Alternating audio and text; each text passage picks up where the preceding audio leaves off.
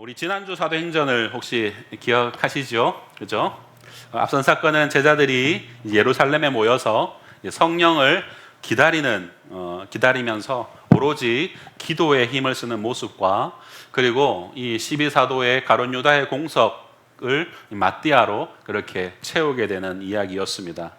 그 속에서 하나님의 일하심은 예수님께서 보혜사 성령을 보내어서 역사하시고 당신의 선하신 뜻에 따라 절대 주권적으로 일하기에 우리의 삶의 모든 영역에서 하나님의 주권을 인정하고 순종하는 삶을 살자라는 교훈을 함께 나누었습니다. 오늘 본문은 그들이 이제 오로지 기도에 힘을 쓰며 그토록 기다리던 이 성령 하나님께서 진짜로 이 교회 위에 임하신 사건을 소개하고 있습니다. 볼륨 조금만 낮춰주시겠어요? 울리는데요. 오늘 말씀을 통해서 이 성령 하나님이 우리에게 오신 이 오순절의 의미, 이 오순절이 가지고 있는 역사적 의미, 언어적 의미, 이런 것들을 좀 살펴볼 것이고, 성령 강림을 통해서 어떤 일들이 우리 교회 위에 일어났는지 함께 나누면서 우리는 어떻게 삶을 살아낼 것인가를 한번 결단할 수 있는 시간이 되었으면 좋겠습니다. 크게 두 가지로 나눌 거예요. 오순절의 의미를 조금 신학적으로 이렇게 풀어갈 텐데 조금 어려울 수 있습니다. 그렇지만 안 주무시고 다 듣게 되시면 큰 유익을 얻으실 수 있으리라 생각합니다. 먼저 오순절의 의미를 좀 살펴보겠습니다. 여러분, 우리가 1절 말씀을 다시 한번 읽겠습니다. 1절입니다. 시작. 오순절 날이 이미 이름에 그들이 다 같이 한 곳에 모였더니 라고 말합니다. 오순절이 이르렀다라고 합니다.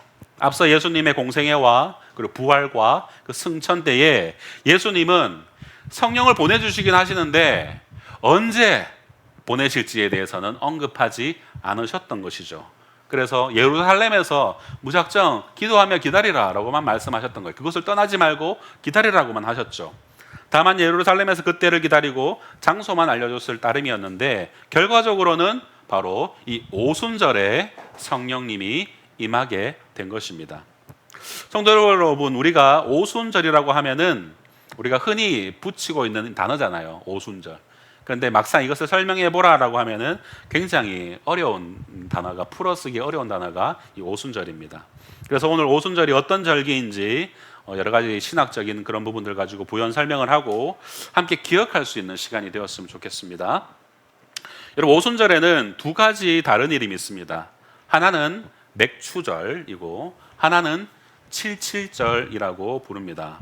구약시대 6월절이 지나고 7주째 지켰다고 해서 칠칠절이라고 하고, 그때가 농경 시기상 이 밀이나 보리를 수확한 후 맥을 열매를 드리는 그런 시기라고 하여서 맥추절이라고 하는 것이었어요.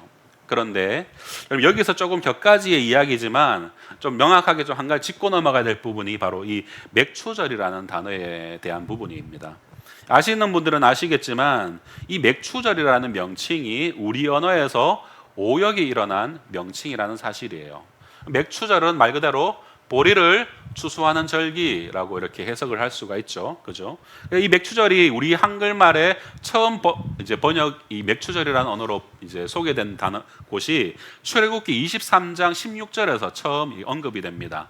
16절입니다. 맥추절을 지키라. 이는 내가 수고하여 밭에 뿌린 것에 첫 열매를 거둠이니라. 수장절을 지키라. 이는 내가 수고하여 이룬 것을 연말에 밭에서부터 거두어 저장함이라. 라고 이 절기를 지키는 것에 대해서 쭉 설명할 때에 맥추절이라고 우리나라 말로 번역이 되었습니다. 그런데 여기서 이 맥추절은 히브리 원어로는 하카치르라는 단어를 사용합니다. 이것은 말 그대로 수확의 절기라는 뜻이에요. 수확의 절기. 그래서 영어도 The Feast of Harvest라고 명시되어 있습니다. 그래서 수확의 절기라는 의미를 그대로 가져왔죠. 그런데 우리말 번역에는 이것에 없던 보리라는 표현이 들어가 버린 것입니다. 이 맥추절을 표현한 다른 구절인 출애굽기 34장 22절을 보게 되면 또 이렇게 기록합니다. 7절 곧 맥추의 초실절을 지키고 새말에는 소장절을 지키라 라고 말합니다.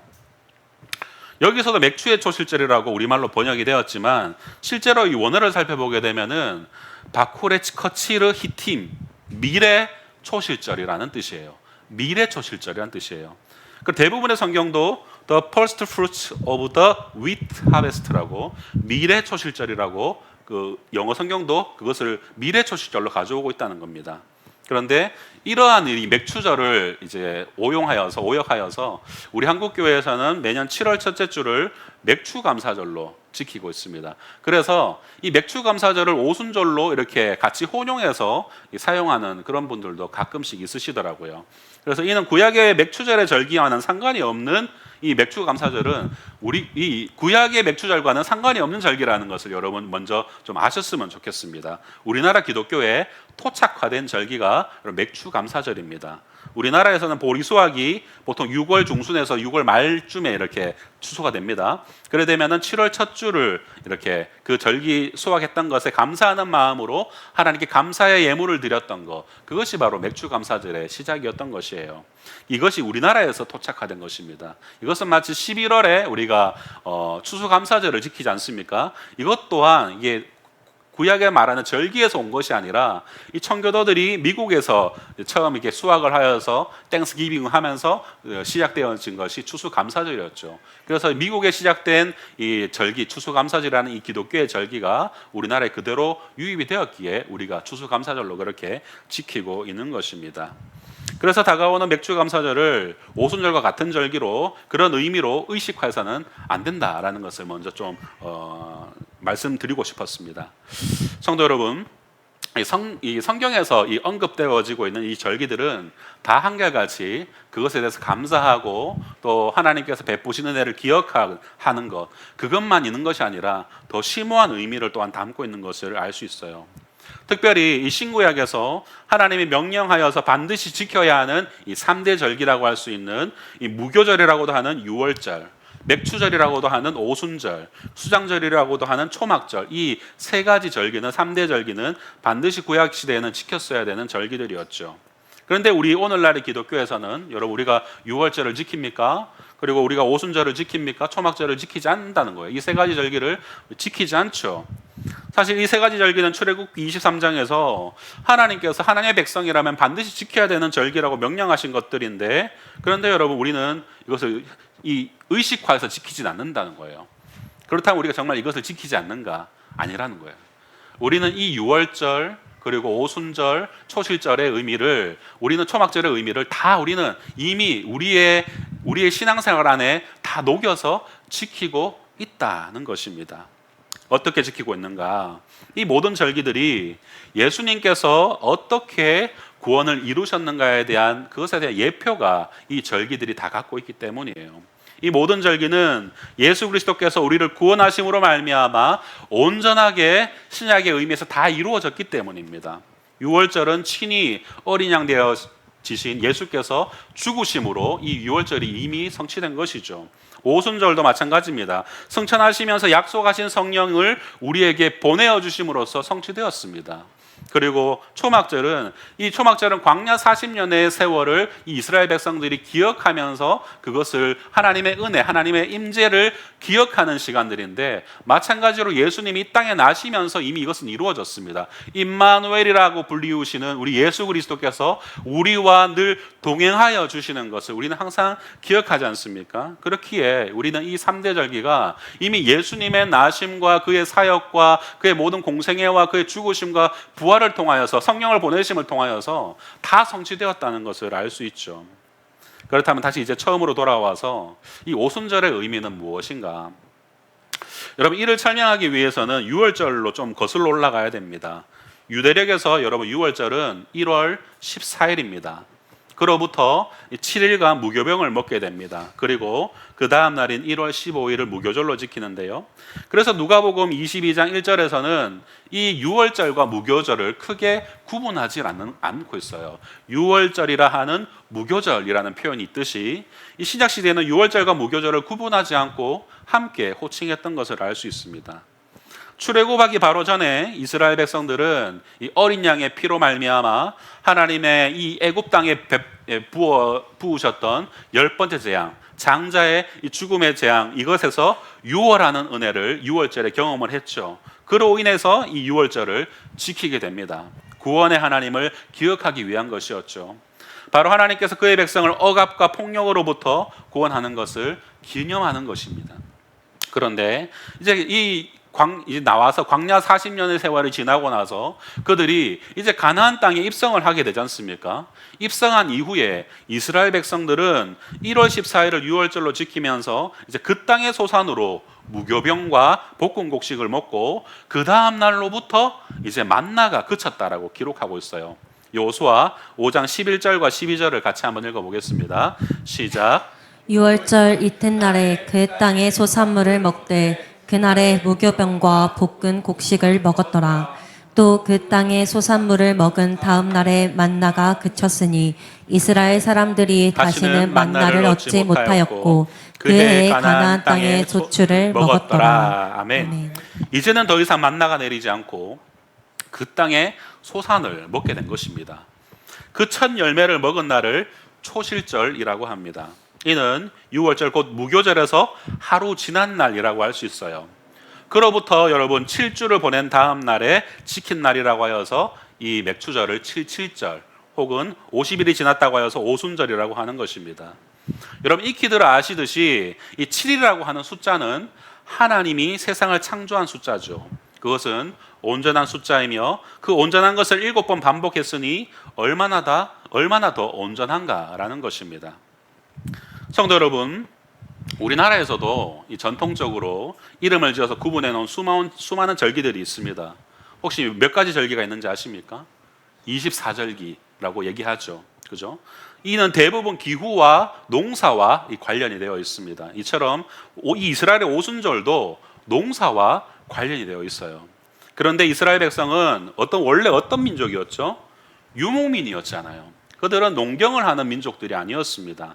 가축을 기르는 유목민족이었어요. 그런 그들이 하나님의 이 약속의 땅 가나안에 들어가자마자 그들에게 만나가 그쳤으니 뭐 그냥 무작정 기다릴 수 없잖아요. 그러니 그 땅에 이제 농경이 시작된 겁니다. 그런데 이 절기는 이 세상이 말하는 농사법처럼 우리가 흔히 4월 5일에는 청명이다, 봄 농사를 준비하는 때라고 얘기를 하죠. 4월 20일 고구다, 농사를 위한 비가 내린다라고 말하는 것처럼 이때는 뭐 한다, 이때는 비가 온다, 이때는 덥다, 이런 절기를 의미하는 것이 아니라는 것입니다. 그들이 가나안에서 얻었던 곡식과 당시의 삶을 보게 되면은 왜 하나님이 그들에게 이러한 절기를 매년 지키게 하셔서 암시적으로 그 과정을 통해서 끊임없이 하나님의 메시지를 듣게 하셨는지를 알 수가 있습니다. 여기서 여러분 짚고 넘어가야 하는 부분이 바로 신명기 8장 8절인데요. 여기를 보면은 이 가나안 땅에서 나는 총 7가지의 소산물이 소개되고 있습니다. 같이 한번 읽어볼까요? 시작. 밀과 보리의 소산지요 포도와 무화과와 석류와 감람나무와 꿀의 소산지라. 아멘. 여러분 앞에 있는 밀과 보리는 무엇인가요? 곡물이죠. 그리고 뒤에 있는 포도, 무화과, 석류는 우리가 잘 알듯이 여름 과일입니다.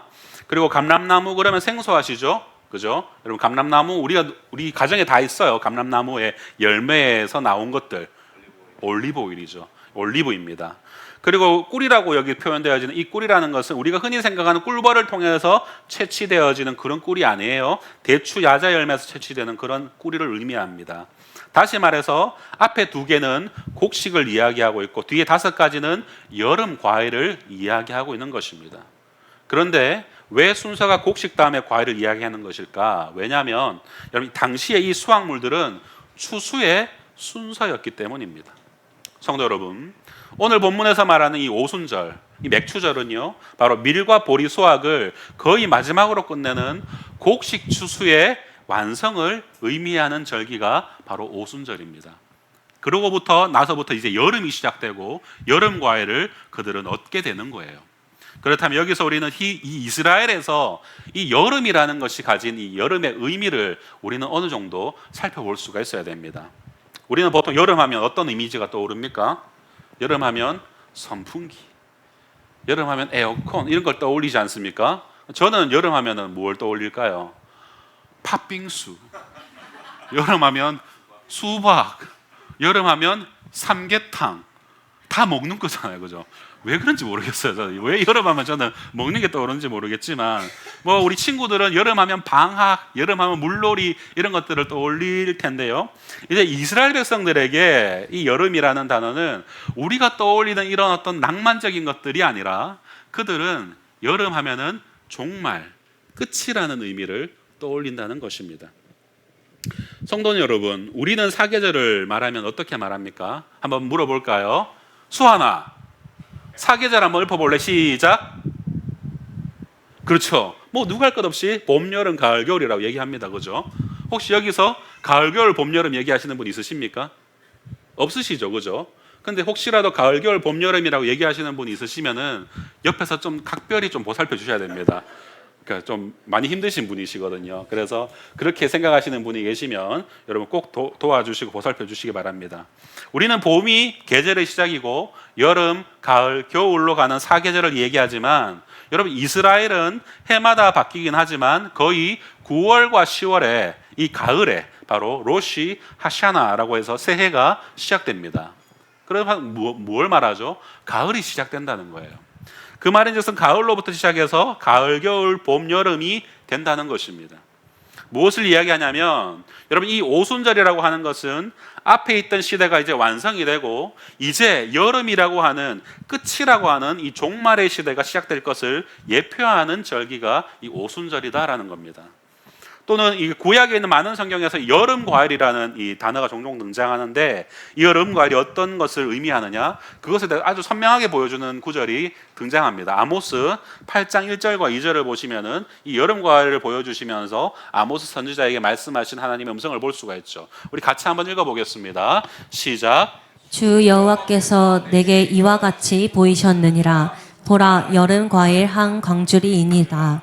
그가 말씀하시되 아모스야 내가 무엇을 보느냐 내가 이르되 여름 과일 한 광주리이니이다 하매 여호와께서 내게 이르시되 내 백성 이스라엘의 끝이 이르렀은즉 내가 다시는 그를 용서하지 아니하리니. 아멘. 이처럼 이스라엘 백성들에게 이 여름이라는 단어는 종말 끝을 의미한다는 것이죠.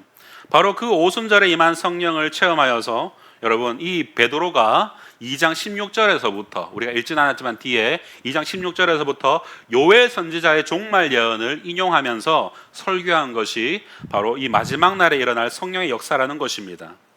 우리가 너무 잘 알고 있는 복음성가 가운데서도 우리 마지막 날에라는 찬양이 있지 않습니까? 바로 그 찬양이 바로 이 요엘 선지자의 이 말씀에 인용한 것입니다. 요엘 2장 28절에서 32절 말씀. 그 후에 내가 내 영을 만민에게 부어주리니 너희 자녀들이 장래일을 말할 것이며 너희 늙은이는 꿈을 꾸며 너희 젊은이는 이상을 볼 것이며 그때 내가 또 내 영을 남종과 여종에게 부어줄 것이며 내가 이적을 하늘과 땅에 베풀리니 곧 피와 불과 연기 기둥이라. 여호와의 크고 두려운 날이 이르기 전에 해가 어두워지고 달이 핏빛같이 변하려니와 누구든지 여호와의 이름을 부르는 자는 구원을 얻으리니 이는 나 여호와의 말대로 시온산과 예루살렘에서 피할 자가 있을 것이며 남은 자 중에 나 여호와의 부름을 받는 자가 있을 것임이니라 라고 예언하였습니다. 요엘의 기록에는 말세 곧 마지막 날이라는 표현은 없습니다. 그 후에 라고 나타나 있죠. 하지만 이 내용이 정확히 말세에 일어날 일을 예언해 놓은 것이기 때문에 베드로는 이 요엘 선지자의 말을 가져와서 그가 16절에서부터 사도행전 2장 16절에서부터 인용할 때에는 그것을 이제 in the last day라고 이렇게 기록하고 있어요. 마지막 날이라고 그가 번역을 했고 마지막 날이라고 그가 쓰고 있다는 것입니다. 우리말로는 말세라고 표기해 놓았죠. 사도행전 2장 16절에서 17절 말씀 같이 읽겠습니다. 시작. 이는 곧 선지자 요엘을 통하여 말씀한 것이니 이르시되 하나님이 말씀하시기를 말세에 내가 내 영을 내 모든 육체에 부어주리니 너희의 자녀들은 예언할 것이요 너희의 젊은이들은 환상을 보고 너희의 늙은이들은 꿈을 꾸리라. 아멘. 사랑하는 성도 여러분, 그러므로 오늘 보면 1절에서 오순절에 성령님이 오셨다라는 것은 무엇을 말하는 것인가? 그것은 바로 앞서서 시작된 무언가가 이제 완성이 되고 이제 새로운 시대가 시작되어서 마지막 때가 이르렀다라는 것을 우리에게 시사하고 있다는 것입니다.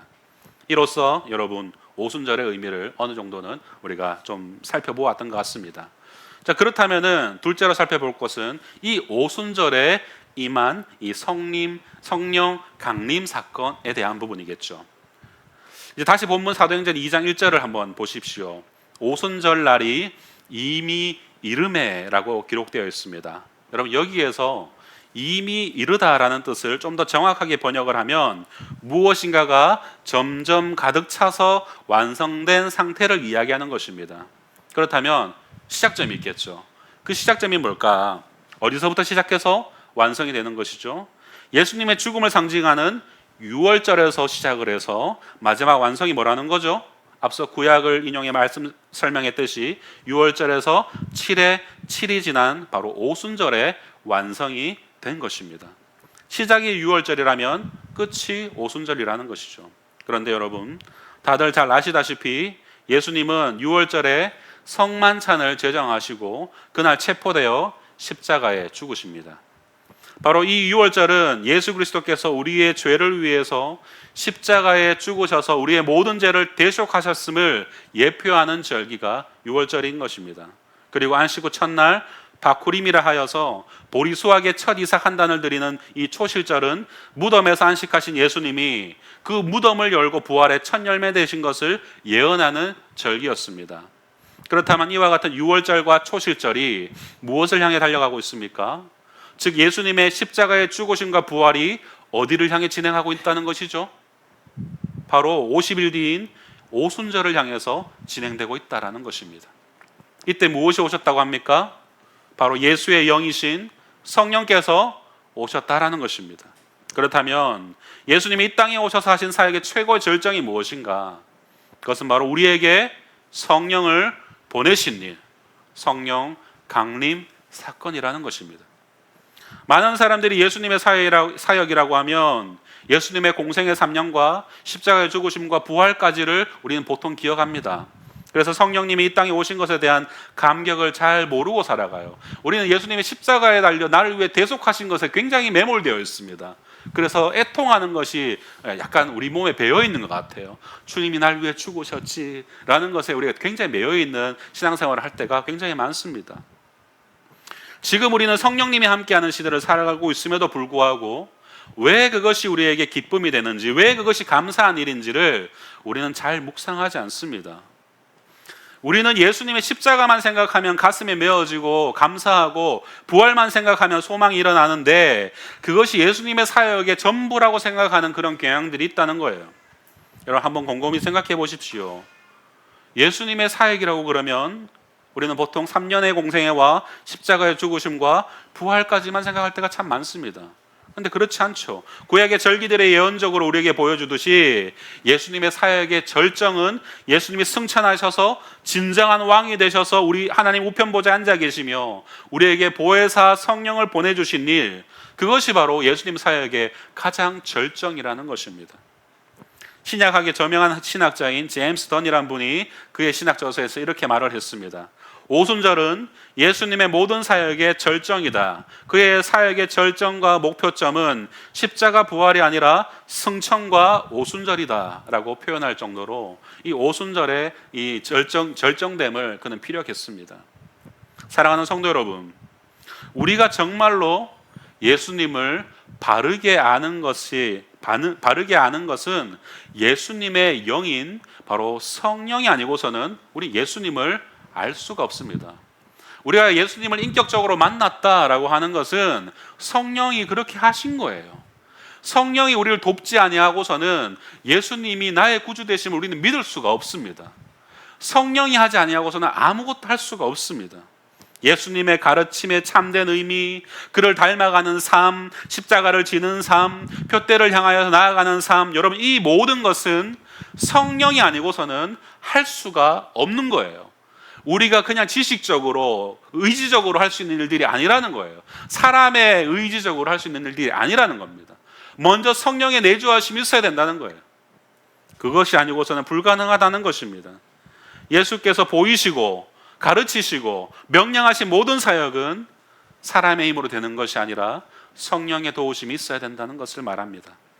그러므로 여러분, 예수님이 우리에게 보내신 성령님이 우리에게 어떠한 의미인지를 깊이 묵상하는 것이야말로 예수님의 이 온전하신 사역을 이해하는 것으로 우리는 다다를 수 있게 되는 것입니다. 그러므로 사랑하는 성도 여러분, 성령을 구하셔야 됩니다. 성령을 구하십시오. 성령이 마치 순복음 교단이나 어떤 신비주의, 신사도 운동에서 외치는 구호처럼 전락해버린 그런 느낌이 너무나 크지만 여러분 아닙니다. 여러분, 우리 신앙의 시작과 끝이 성령의 도움 없이는 하나도 되는 것이 없다는 것을 여러분 기억하셔야 돼요. 오순절의 성령 강림으로부터 여러분 신약의 교회가 시작되었다는 것을 여러분 기억하십시오. 교회의 시작도 성령의 역사로부터입니다. 2000년이 지나 이제는 예수님을 믿는 우리에게까지 여러분 성령님이 오셔서 내가 예수님을 믿는 순간부터 내가 예수님과 연합되어져 살아가는 모든 삶과 앞으로 죽음까지 나아갈 모든 삶의 그 여정, 모든 믿음의 역사들 성령과 함께하지 아니하고서는 할 수 없는 것입니다. 오직 보혜사 성령님과 함께할 때에 우리는 믿음의 삶을 걸어갈 수 있다라는 것을 기억하십시오. 완전히 새로운 시대가 되었다는 것입니다. 성령님이 강림하심으로 말미암아 이제 구약의 시대가 아니라 예수님과 함께 동행하는 진정한 신약의 시대가 성령을 통하여서 이루어진 것입니다. 사랑하는 성도 여러분, 우리의 인생도 마찬가지 아닙니까? 우리의 인생을 여러분 어떻게 구분 지을 수 있을까요? 혹시 내 남편과 내 아내를 만나기 전후로 내 인생을 구분 지으시는 분들이 있으시겠죠, 그죠? 그렇게 구분을 지으시는 분들은 집에서 진하게 사랑을 나누시든지 집에서 진하게 화해를 하시든지 둘 중에 하나를 하셔야 될 겁니다, 그죠? 근데 우리가 신앙적으로 보았을 때에 여러분 우리의 인생을 어떻게 구분 짓습니까? 예수님을 만나기 전과 예수님을 만나고 난 이후로 우리는 구분을 짓지 않습니까? 예수님을 믿기 전에는 우리 안에 무엇이 없습니까? 성령이 없습니다. 그러나 예수님을 믿고 난 이후에 우리 안에는 성령님이 계십니다. 우리에게 성령님이 오신다라는 것은 성령이 오셔 막 이런 몸이 막 떨리면서 막 성령이 오는 그 증거들을 막 이렇게 가시적으로 보여주고자 하는 이런 것들이 아니라는 거예요. 여러분 이 성령의 충만함을 여러분 다들 경험하셨을 테지만 여러분 성령을 경험하실 때에 온다 이렇게 해서 성령 받으신 분 혹시 계십니까? 지금 장난하는 거 같죠? 실제로 이렇게 받으시는 분들이 많으세요. 제가 10수년 전에 섬겼던 교회에서 매주 목요일마다 양목에 이제 구미 옆에 작은 양목이라는 또 아주 작은 시골이 있어요. 그 이제 만디에 올라가면, 만디라고 하면 모르시죠? 그 산 언덕 그 꼭대기 올라가면은 이제 작은 기도원이 하나 있었습니다. 그 기도원에 이제 원장님이 계셨어요. 원장님이 항상 설교를 하실 때 여자 나이 지긋이 이제 드신 원장님이신데 하얀 소복을 입고 항상 설교를 하셨어요. 의미는 모르겠어요. 부활을 의미하는 것인지 아니면 그냥 그런 깨끗함을 의미하는 것인지 의미는 모르겠지. 항상 흰색 이렇게 한복을 입고 설교하셨는데 이제 설교 내용은 그냥 넘어가겠습니다. 차지하고 이제 끝나고 나서 기도하는 시간을 대부분 다 사모하시거든요.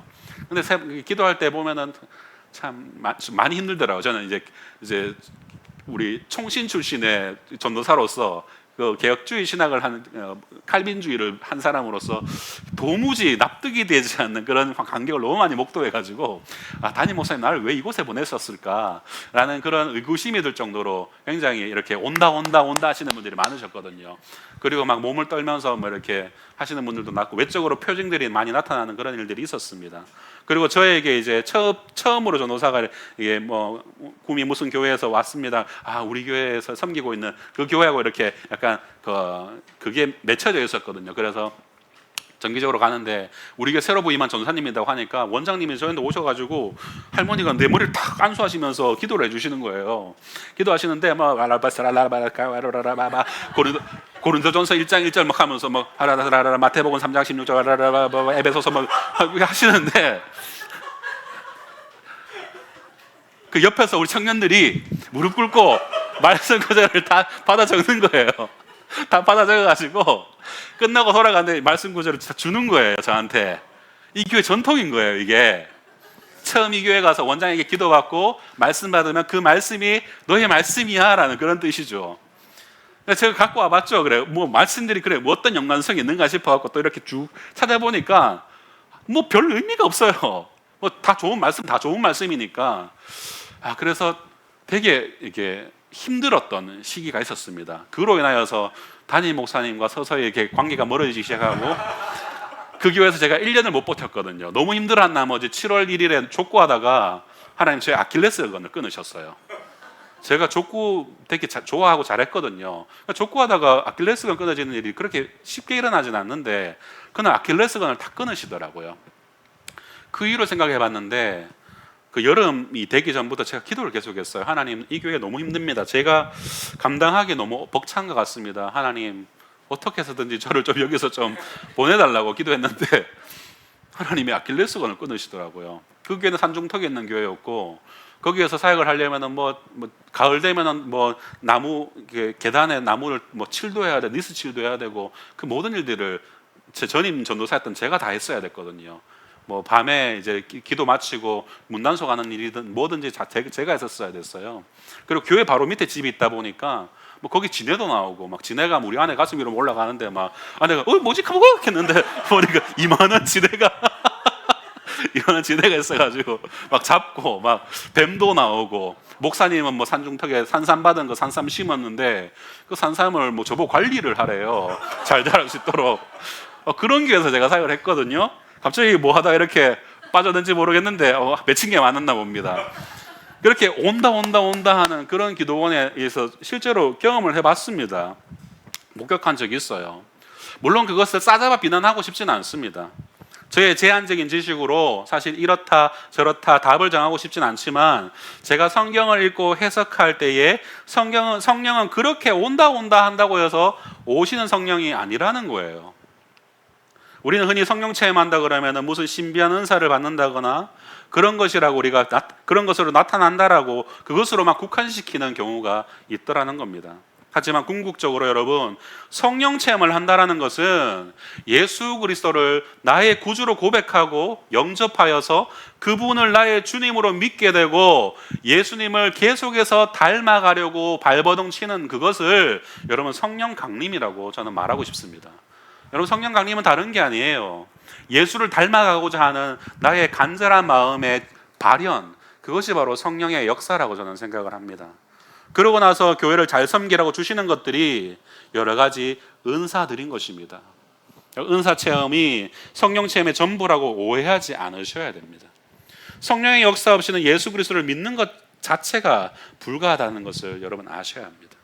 요한복음 3장에서는 예수님이 니고데모에게 이 거듭남의 비밀을 가르쳐주는 장면이 나오는데 3장 8절을 한번 같이 읽어볼까요? 시작. 바람이 임의로 불매 내가 그 소리는 들어도 어디서 와서 어디로 가는지 알지 못하나니 성령으로 난 사람도 다 그러하니라. 아멘. 아멘. 우리가 예수님을 믿는 순간 성령님이 우리 안에 어떻게 들어오시는지 깨닫지 못하는 그 신비한 연합을 우리는 경험합니다. 하지만 이것을 통해서 우리는 새로운 존재가 되는 것이죠. 거듭나게 되는 것입니다. 우리가 이 성령님으로 말미암아 이제는 진정한 하나님의 자녀가 되는 그런 은혜를 경험하고 누리게 되는 것입니다. 예수님을 믿기 전과 믿은 후에 거울을 본 내 모습은 겉모습은 여전히 변함없이 똑같지만 여러분 그 전혀 다른 존재가 되었다는 것, 그것이 바로 성령 강림의 역사다라는 것입니다. 성도 여러분, 구약 시대에는 이 기다리는 성령님이 아무에게나 임하지 않았습니다.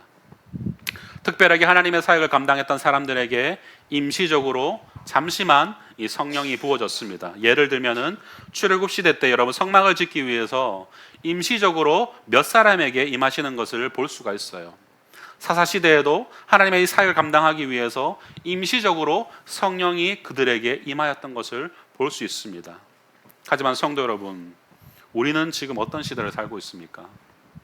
예수 그리스도를 믿음으로써 차별 없이 모든 사람이 성령님의 임하시는 그런 시대를 우리는 살고 있습니다. 남종과 여종과 그 어느 것 하나 구분하지 않고 늙은이와 젊은이 모두에게 내 영을 부어주시겠다고 말씀하신 이 요엘 선지자의 이 예언의 선포가 오늘 본문의 이 베드로의 설교를 통해서 선포되고 실현된 시대, 그 시대를 우리는 지금까지 살고 있는 것입니다. 우리가 성령님이 오시는 것이 어떤 특별한 느낌 같은 것으로 느껴지지 않으니까 이것에 대한 삶의 감각은 잘 없지만 오늘 말씀을 통해서 내가 예수를 믿고 성령님 안에 성령님이 내 안에 거하고 계신다라는 그것이 얼마나 감격스러운 일인지를 아는 것, 여러분 그것을 깨닫게 되기를 여러분 주님의 이름으로 축복합니다. 부디 여러분 성령의 사람으로 사십시오. 교회를 세우는데 여러분의 삶을 들이십시오. 예수의 이름을 전하는 일에 여러분의 인생을 온전히 들이십시오. 여러분이 가진 기질과 성향을 뛰어넘어서 온전하게 연합되게 하시는 성령으로 교회를 하나 되게 하시고 서로를 내 몸처럼 사랑함으로써 이 성령 강림의 증거를 나타내시는 그런 성도님들 되시길 주님의 이름으로 축복합니다. 왕관의 보석 같은 사랑하는 성도 여러분, 말씀을 맺을까 합니다. 오순절과 성령 강림에 대해서 우리가 어느 정도는 이해가 되셨을 거라 생각합니다. 이처럼 오순절 성령 강림이 무엇을 향하는지를 여러분 보십시오. 사도행전 2장 11절 후반절은 이렇게 말합니다. 우리가 다 우리의 각 언어로 하나님의 큰 일을 말함을 듣는도다 라고 말하죠. 이날은 이스라엘의 3대 절기 오순절입니다. 수많은 디아스포라들, 예루살렘이 아닌 다른 지역에 살던 유대인들이 예루살렘의 이 마가다락방으로 모여들었고 이곳에서 성령의 강력한 임재를 경험합니다. 그들이 언어는 다 달랐지만 서로가 다 알아들을 수 있는 말로 이 사람들이 하나님의 큰 일을 말하고 있구나 라는 것을 그들이 그들의 언어로 다 들었다는 거예요. 바로 하나님이 이 땅을 어떻게 구원하셨는가, 다시 말해 예수 그리스도의 복음을 그들이 선포하였다는 것이었어요. 성령이 임하였을 때에 그들이 예수 그리스도의 복음을 선포하였다는 것을 알 수 있습니다. 그것이 바로 하나님의 큰 일입니다. 바로 사도행전의 중심뼈대 복음 전파를 그들의 입술에서 한 소리로 외치고 있었다는 것입니다. 사랑하는 성도 여러분, 오순절 성령 강림을 통해서 온 교회는 예수 그리스도께서 머리가 되시고 그렇게 머리 되시고 예수의 복음을 선포하며 복음적 삶을, 복음 선포적 삶을 그들은 살아낼 수 있게 되었습니다. 모든 것을 하나로 공유하면서 내 것을 아끼지 않고 나눠줄 수 있었던 것입니다. 복음을 위해서 생명까지 던질 수 있었던 것입니다. 바로 우리 안에 불평과 불만, 내 안에 만족하지 못하는 삶들과 끊임없이 솟아나는 욕망을 말하는 것이 아니라 하나님의 큰일, 예수 그리스도의 복음을 선포하는 삶이 성령 받은 자가 살아가는 삶의 방식이라고 우리에게 말하고 있는 것입니다. 그렇게 성령이 역사하여 하나님의 큰일을 말하며 하나 되어짐을 경험한 이후에 아시아를 중심으로 동방교회가 세워지고 순교의 피로 로마교회로부터 서방교회가 세워지고 또다시 하나님의 큰일을 말하는 역사가 이어지고 영국의 청교도들을 통하여서 미국 땅 가운데 복음이 선포되어지고 오늘날 지금 우리가 있는 이곳까지 하나님의 큰일이 전해져 온 것입니다. 사랑하는 성도 여러분, 우리에겐 이미 성령님이 함께 하시는 줄로 믿습니다. 왜 성령이 우리 안에 계시냐면 우리로 예수를 제대로 믿게 하려고 하시는 것입니다. 그리고 그 예수를 전하는, 복음의 비밀을 전하는 사명을 감당케 하시려고, 하나님의 큰일을 말하게 하시려고 우리 안에 성령님이 내주하고 계신 것입니다. 성령의 충만한 은혜가 바로 그것입니다. 하나님의 큰일을 말하는 것. 이 말세로 치닫는 이 세대 가운데 예수 그리스도께서 나의 구원자가 되신다, 예수만이 길이요 진리요 생명이다, 그분은 나뿐만이 아니라 너를 위해서도 십자가를 지셨다, 이것을 말하는 것, 여러분 그것이 하나님의 큰일을 말함의 의미입니다. 그 충만한 은혜가 우리 모든 성도들의 삶 가운데 가득하기를 축원드립니다. 우리 이 시간 함께 찬양하겠습니다.